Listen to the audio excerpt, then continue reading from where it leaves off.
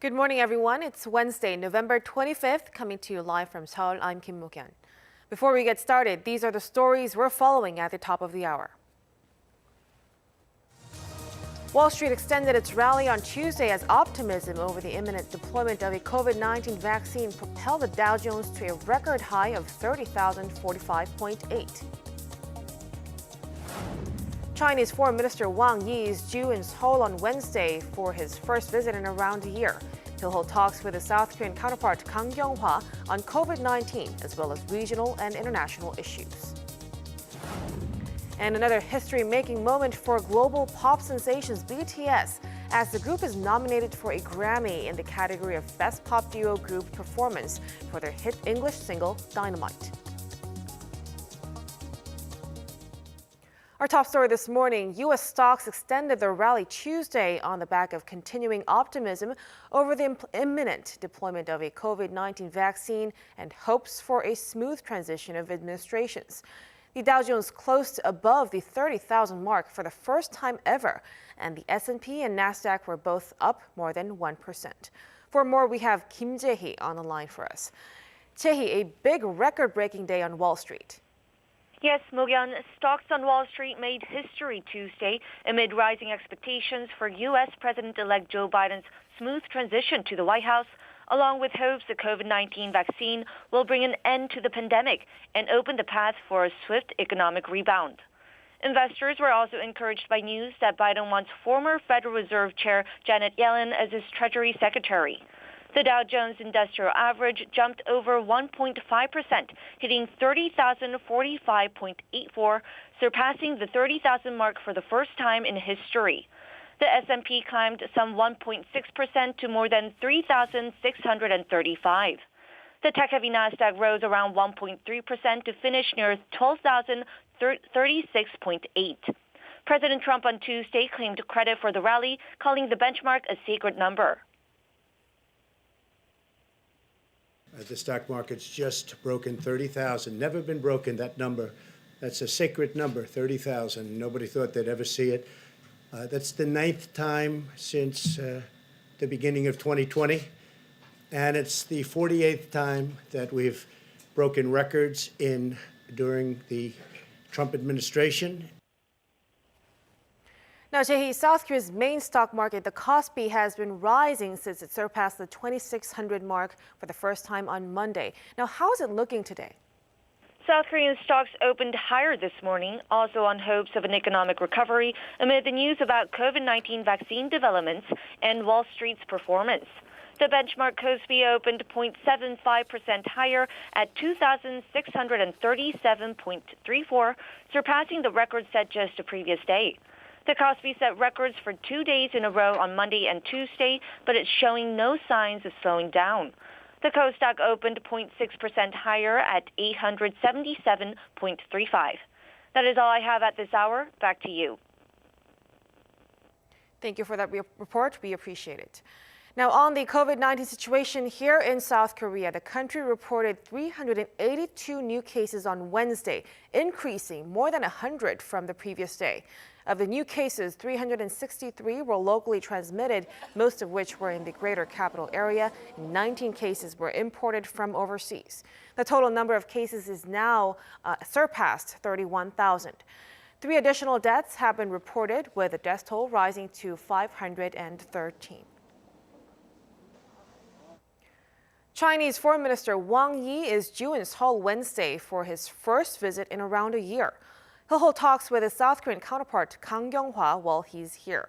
On Thursday, the two diplomats are expected to discuss ways to work together on COVID-19, regional and international issues, and matters on the Korean peninsula. They're also likely to discuss a possible visit to South Korea by Chinese President Xi Jinping. Wang is due to arrive this afternoon after wrapping up a 2-day visit to Japan. America is back. That's what U.S. President-elect Joe Biden declared Tuesday while introducing some of his cabinet picks. He pledged to shift the U.S. from the Trump administration's America First policies by re-engaging with the international community. Our Kim Hyo-sun tells us more. Declaring that America is back, U.S. President-elect Joe Biden on Tuesday officially introduced the key members of his cabinet for key national security and foreign policy roles. He emphasized they will, quote, reimagine American foreign policy, adding they will also contribute to America intensifying its alliance with countries in the Asia-Pacific region. Together, these public servants will restore America globally, its global leadership, and its moral leadership, and will ensure that our service members, diplomats, and intelligence professionals can do their job free of politics. They'll not only repair, they'll also reimagine American foreign policy and national security for the next generation. And they'll tell me what I need to know, not what I want to know, what I need to know. Antony Blinken, Biden's pick for Secretary of State, whom he described as one of his closest and most trusted advisors, has long highlighted the importance of international cooperation when it comes to resolving global issues. As for John Kerry, named Washington's first climate change envoy, Biden explained that there is no person he trusts more when it comes to tackling the issue. The introductions came as the U.S. General Services Administration ascertained Monday that Biden was the apparent winner of the November 3rd presidential election, giving him and his team the green light to prepare for a power transition. This gives Biden and his team access to officials at federal agencies and directs the Justice Department to work on security clearances for transition team members. Saying he was pleased with the progress made so far, Biden expressed hope his nominees would be swiftly confirmed. Kim Hyo-sun, Arirang News.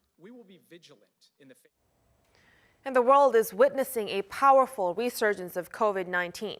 The U.S. grapples with record hospitalization rates, while Italy has seen the highest death toll since the autumn resurgence. Cases are also spiking in Brazil, including a series of cases among government officials. Our Lee Kyung-eun has more. Americans are preparing for Thanksgiving amid an exponential growth in COVID-19 cases. As of Monday, the U.S. has reported more than 12 million coronavirus cases and more than 250,000 deaths.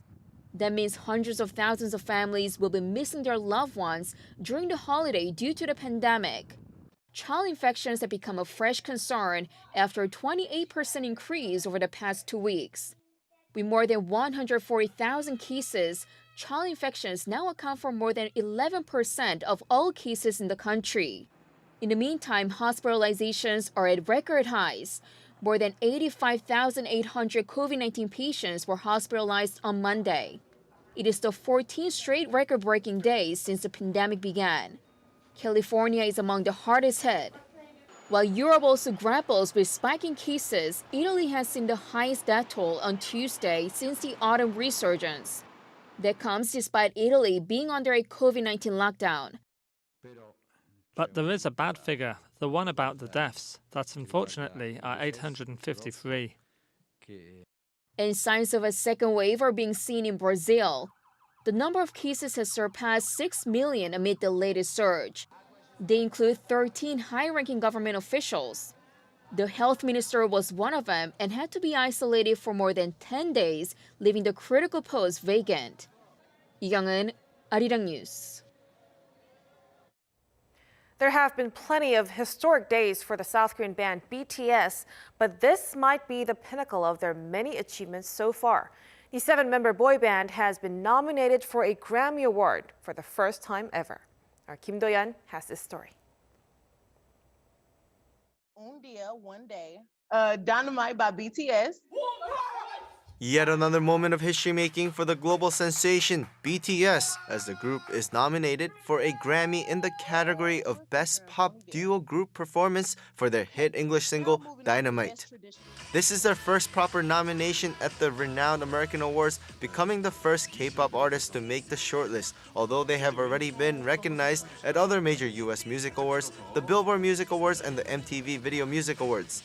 The announcement was made Tuesday local time, and for the members, it was long-awaited news. 다음 목표나 골이 뭐냐 이렇게 질문들을 해주셨을 때 늘 언급하던 거 중에 하나였어서 저희도 굉장히 사실은 긴장하고 기대하면서 25일을 기다리고 있습니다.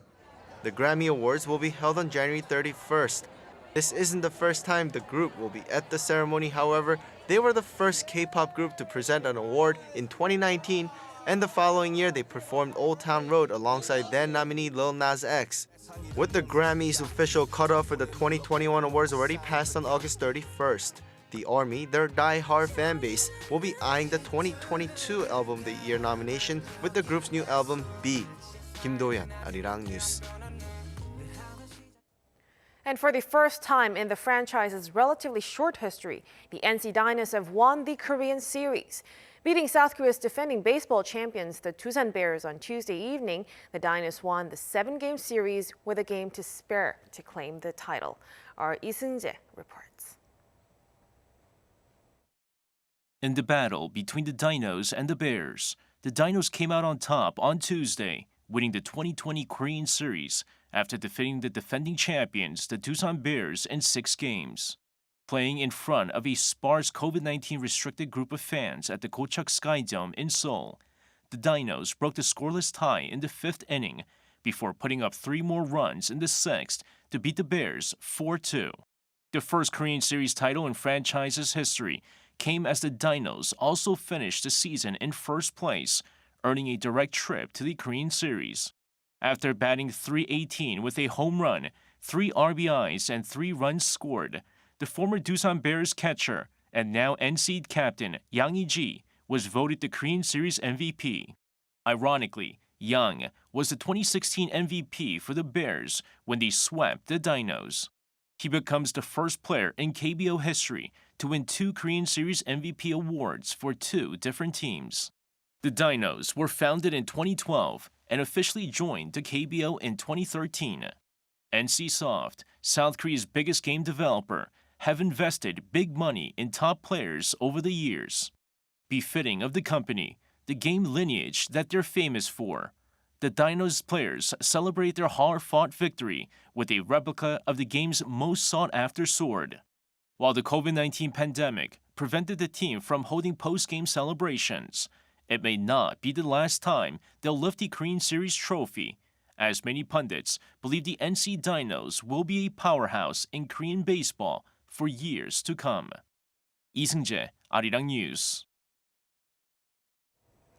South Korea has reached a new milestone in the field of fusion energy, with a magnetic fusion device, KSTAR, breaking world records and maintaining the ultra-high temperatures needed for fusion. The country is now a step closer to a safer, cleaner energy source.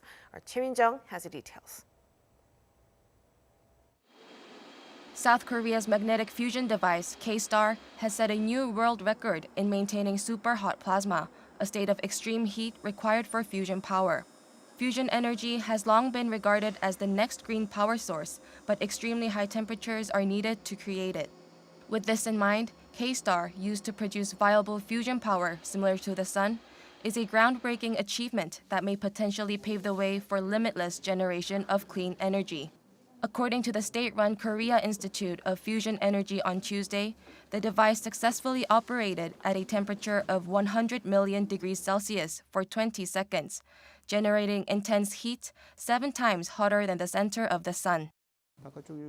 The great achievement was that the ultra-high temperature plasma was able to be maintained for a long time without any instabilities or changes with a better controlled external temperature. The latest record doubled the best time of 8 seconds from the previous year and saw a bigger jump from its first ever record of 1.5 seconds in 2018. Globally, no other fusion power plant has managed to run for more than 10 seconds. By the year 2025, the institution aims to maintain this plasma temperature for 300 seconds.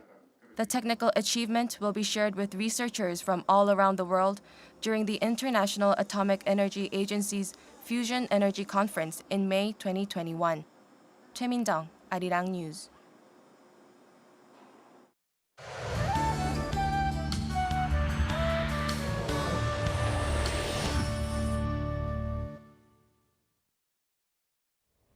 Good morning. It was chilly earlier, but the lows were a couple of degrees higher than the same time yesterday. And highs will approach the season norms this afternoon, but the warmth will be short-lived as a mix of rain and snow in the east of Gangwon province at the end of the week will bring a big chill to the country this weekend. However, this afternoon, though, the highs will be 1 to 4 degrees Celsius higher than Tuesday, getting close to the seasonal averages nationwide. And we'll see more sun than clouds today, while mountainous regions in Gangwon province remain under dry weather advisory. And starting this weekend, the pattern will switch with a big drop in the temperatures. So the first week of December will have us in an icy grip under mostly sunny skies. That's Korea for you, and here's a look at the weather conditions around the world.